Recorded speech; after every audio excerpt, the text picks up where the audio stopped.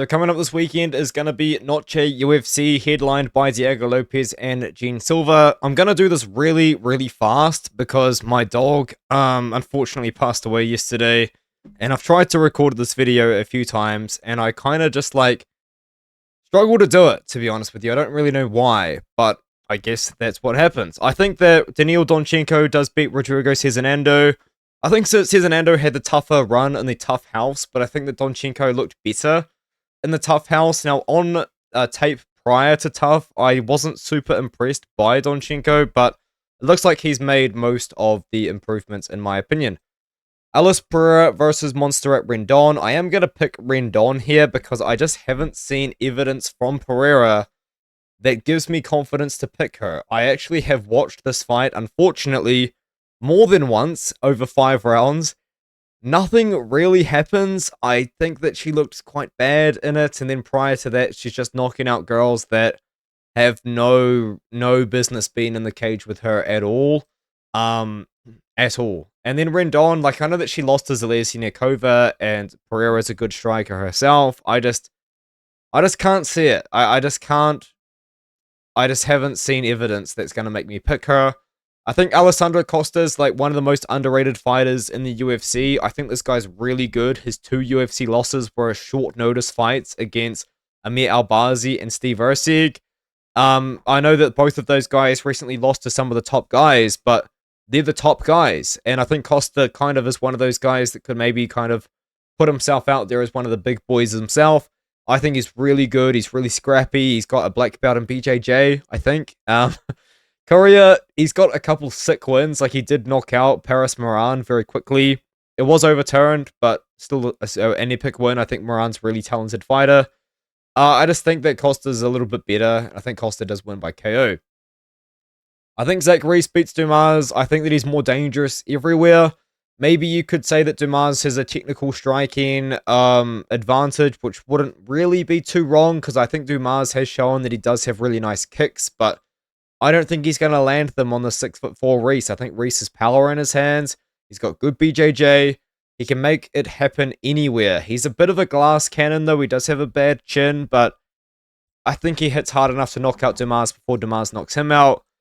Gurule is a fighter I was really high on, and I thought was really good, and he did lose to Osborne, but I still think the skill set's there. I think he is a pretty talented striker. He's got a very unique style with the boxing, a lot of movement, hands low. Kind of cost him against Osborne as he gassed out in the second round somehow. I don't know how that happened, but Aguilar, he's a very short, stocky dude. He relies on the guillotine a lot. I just don't think against Gurule he's going to get the guillotine, and I do think that Aguilar's striking as well just isn't really effective enough to knock out Gurule either.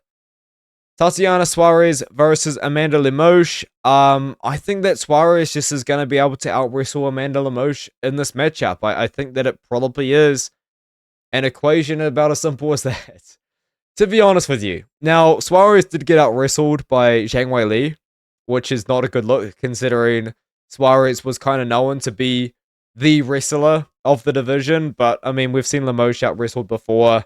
I think Suarez can kind of do the same thing, in my opinion. Claudio Puelles takes on Joaquim Silva. Is he still the favorite? I think that Joaquim Silva is a really good underdog in this spot. He's plus 100 right now. Puelles, I know he had a good fight against Reese, but he still is like a BJJ nerd, and his striking is reliant on a lot of kind of kicks and strikes from range. I don't trust him. And I know Joaquim Silva hasn't really got any good wins, but I feel like he's had good performances in losses. Like, against Ricard Close, I mean, Close is decent enough. A loss to him is not too bad. He was actually kind of had Arman Sarukian in a lot of trouble, I believe, in the second round of their fight. So I do think that kind of Joaquim Silva can have the power in the hands. He's got good BJJ himself. You know, if Puelles catches him in a leg lock, I would be a little bit surprised, to be honest with you. People just got really... This is the thing about Puelles, is he submitted Clay Guida with a knee bar, and people thought that he was the next Charles Oliveira. So I actually think I picked Dan Hooker as an underdog in that fight, which is kind of nuts. But I think that Silva does win. Now we move up to Medina versus Dusko Todorovic. Now, you might be asking me, Artem, why are they giving Dusko Todorovic the easiest fight in the division in Jose Medina? Well, I will tell you some news. Apparently, the UFC is looking at doing events more in Europe. Like, they want to go to Germany. They want to go to Turkey. They also want to go to Serbia. And who is one of the Serbian fighters on their roster that is probably fighting for his job right now? Dusko Todorovic. So, Dusko Todorovic is probably going to be on that Serbia card. A lot of guys from Croatia will probably be on that card as well. Medina. I've got a fun fact for you guys. Medina has a protege. And yes, he has a protege called Juan Cabrera. Can I find him very, very quickly for you guys? Because he is fighting on Dana White's Contender Series relatively soon. Just let me do this, guys. Just let me. Please. Please. Alright, I should have done this from the start. Juan Cabrera. Juancho Cabrera. He is fighting on the Contender Series on week number 7. Week number 9. Week number 9. I'm sorry for wasting you guys' time there. I just had to say it. I just think that in this matchup, like, how does Medina win fights? Even on the regional scene, like, he looked terrible, which is why I obviously picked Gaziasilov. I don't know. I think that's going to be Todorovic just piecing him apart from range. The fight is either going to be fun if Todorovic gets a KO, or it's going to be really, really bad. And Todorovic just is body kicking, leg kicking for 3 rounds. Santiago Luna versus Quang Bang Lei. Everyone's on Luna. I respect the pick. I do. Because he is really good. Like, this is 21-year-old, 6-0 up-and-coming prospect we're talking about right now. I just didn't see what I needed to see to pick him to beat Quang Lei. Now, the thing about Quang Lei is he did lose to Long Zhao in striking on the feet, and that was a really, really bad loss. Like, I don't think I can emphasize how bad of a loss that is. But at the same time, he's still ridiculously explosive. I think Santiago Luna has shown that he's got a lot of defensive flaws. Like, if you do watch a lot of people's breakdowns, they say, you know, Luna's been tested before. We've seen him in tough spots. Yeah, but that's not a great thing when he's taking on a guy that can actually capitalize on that, which is Quang Lei. He hits hard, and the level of competition is not really good. It's just not there. I mean, these are good wins at the moment, but a lot of these wins, like, a lot of these guys have gone on to have like 4-6 records or 2-3 records, so they haven't aged that well. Luna's good though. I feel like I kind of disrespected Luna a lot in that breakdown. I feel like I need to kind of give him a bit of props here. Decent boxing, a lot of power. I just think that he leaves his chin up in the air way too much.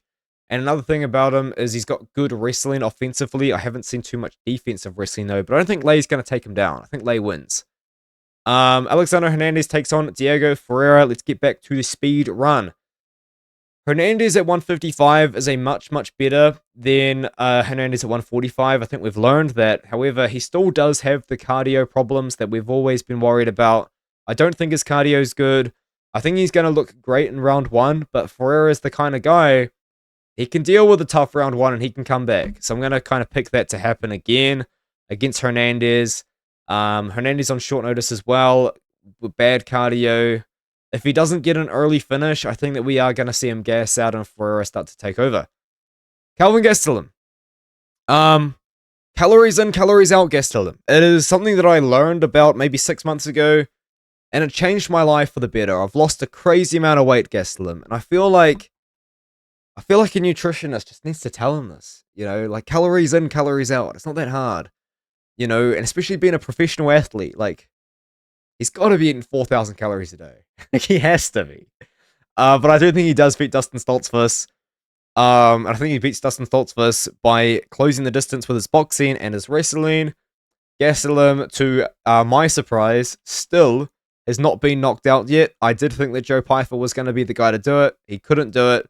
I don't think if Stoltzfus does it, I actually don't know, like, what I would say. I'll probably lose my mind, to be honest with you. I think also I'm going to be picking Jared Gordon against Rafa Garcia. I've just seen Rafa Garcia get boxed up on the feet way too much recently. He's a boxer wrestler, but the boxing's not that good. I think Jared Gordon still kind of got it a little bit. Now, Gordon's pretty good. He's not amazing, but I think he's good enough at striking to kind of make Rafa Garcia pay. So I do think that we are going to see Gordon win this matchup against Garcia with the striking by decision. I'm gonna take a gamble here, guys. I actually am gonna pick David Martinez to beat Rob Font. I just think he's really good. Now, this thing about David Martinez is his sister got cut from the UFC this week. So is that going to demotivate him, or is that going to motivate him even more? I don't know. But I do think that Martinez, like, he has the skills to beat Font. Now, the problem is when he gets in the cage, he can be very, very patient. He's not an aggressive fighter at all, and that is his biggest weakness by far. Like, even against Oliveira, I know he knocked him out in the first round, but he still wasn't really just getting after him when he hurt him. But I think that probably is going to be a good thing when you take on a veteran of 30 professional fights in Rob Font. Rob Font's a good boxer, but I think that Martinez striking, I think it's wicked, man. I really, really like it. The kicks, amazing. The combinations are amazing. If Font wrestles, this could make things interesting, but I think that we're going to pick Martinez as a dog in the spot. I think he's only a small dog, and he's plus 108, so it seems like the public also think that David Martinez is quite good. Diego Lopes versus Gene Silva in the main event. I will be honest with you guys, I was trying to make this video shorter than 8 minutes, so you guys didn't get the mid-roll ads. I'm sorry, I did try, so I guess I can slow it down a little bit now. I think Gene Silva wins, just to get that out there. Now, a lot of people are on Lopes this week, and I once again, I respect the pick. I think the pick makes sense. But the thing about Lopes, I just think that, like, what his mistakes are what Gene Silva excels at. Like, I think that a lot of people would say when you look at Lopes, he's amazing finisher, great grappling, great striking, but he's got bad striking defense. The chin is up in the air. The striking technique as well, in my opinion, isn't great. It's effective, but it's not good. Like, it's very looping. Like, it's not tight at all. Whereas Gene Silva, his sort of best skill set is, like, the striking on the inside. You know, like, he is going to make Lopes for pay for leaving his chin up in the air as they close the distance. You know, we just saw Silva. I mean, we didn't just see him do it. We saw him do it a long time ago. Take on Kevin Vieijos, who I consider to be a very good boxer on the inside. And against Vieijos, you know, he survived round 1, and then he was able to take over in round 2 and 3 because he was able to land those big shots on the inside against someone that's really good at fighting on the inside. So, in my opinion, like, we're going to see Lopes go out there and kind of do his wild striking and stuff like that. And I think that Gene Silva, as long as he can kind of stay patient and not do anything stupid, we're going to see Silva find success in the boxing, in the dirty boxing sort of range on the inside. The words aren't coming to me, guys. I'm sorry. You guys know what I'm trying to say. I think he's going to look good when it's in close counters. Lopes is always going to be dangerous. He's always going to have that grappling threat. I'm not going to deny that. And I know that Silva, you know, against Bryce Mitchell looked good, but I think that Lopes is a lot better than Bryce Mitchell everywhere, to be honest, including the grappling. So it's going to be an interesting test. I don't agree with Silva being such a big favorite, minus 230. I think the value is on Lopes, honestly. Like, you can get Lopes plus 200. This is a guy, not me, by the way, because I, you know, kind of picked Volkanovski to win this fight. This is a guy that people were picking to beat Volkanovski. And he looked good against Volk early on. And now, people are jumping ship. Like, if you believed in Diego Lopes to defeat Alexander Volkanovski, why do you not believe in him to defeat Gene Silva? MMA math never works, but I don't know. I kind of find it interesting that people are jumping ship so much when this was your guy. This was the guy that was going to beat Volk. I don't know. Gene Silva probably does beat Volk, though, because he does remind me too much of Ilia Topuria. Jeez, I think I just opened up a can of worms I don't want to argue about with people in the comments. Anyway, let's move on. I think that Gene Silva does win. If Lopes wins by submission or even knocks him out, I wouldn't be that surprised because I have picked against Silva before. Was a long time ago. Well, actually, I think did I pick Dober to beat Silva? I think I actually picked Dober to beat Silva as well, but that was because he fought like 1 week, 2 weeks after. And I also did pick Vieijos to beat Silva as well in 2023. But I think a lot of people did. Yeah, a lot of people did. But anyway, That's it. Let me know what you think in the comments below. I do apologize for the video just kind of being a little bit low quality. I just kind of am a bit sad, you know. So yeah, I'll see you guys in the next one.